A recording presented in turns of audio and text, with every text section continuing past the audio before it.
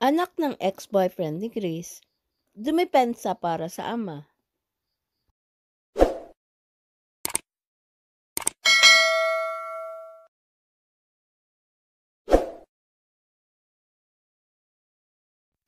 Sa isang post sa social media, matapang na dumepensa ang anak ng ex-boyfriend na doktor ni Chris Aquino pagkatapos ng hiwalayan ng mga ito.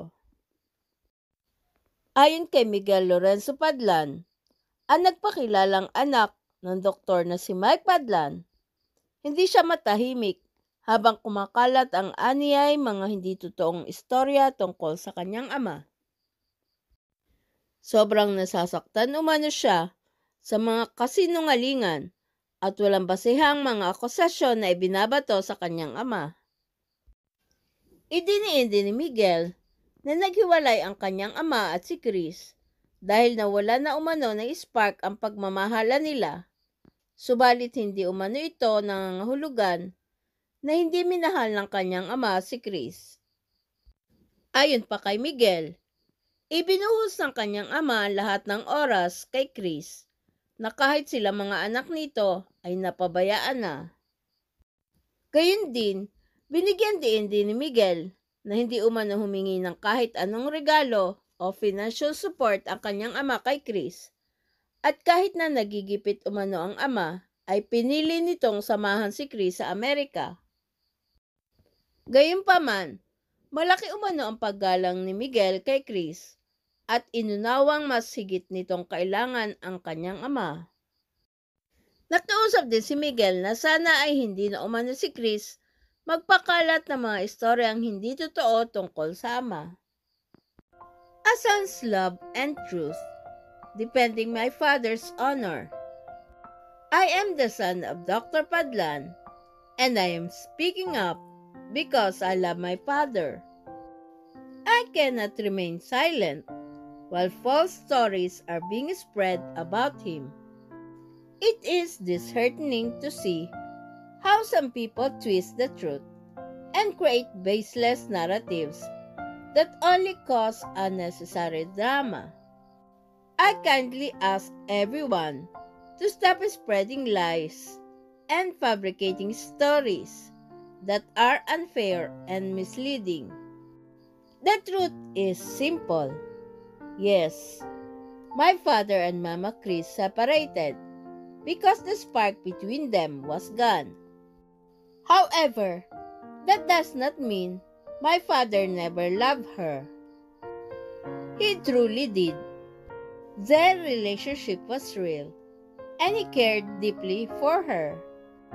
But love alone is not always enough to make a relationship last forever. Sometimes two people are simply not meant to be together in the long run, no matter how much they once loved each other. What pains me the most is that during their relationship, my siblings and I often felt neglected because my father was constantly traveling to America to be with Mama Chris. He gave so much of his time and energy to her, even at the cost of his own well-being. There were times when he had little to no money left and was losing patience at his clinic, yet he still chose to be with her.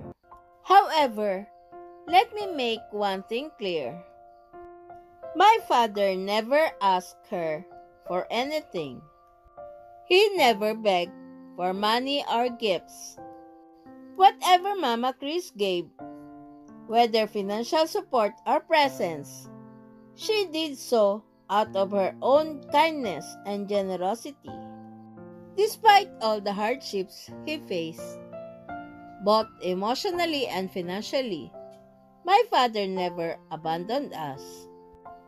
He remained present in our lives, even during the most difficult times. That is the kind of man he is, selfless, loving, and strong. And that is why I'm speaking up now. I cannot stand by and watch his name be dragged through the mud with false accusations and misleading narratives. Good people cannot be brought down. Soon, my father will leave the country to care for my aunt who just had surgery. Because that is the kind of man he is, always putting others first. My respect for Mama Chris remains immense because my father truly loved her.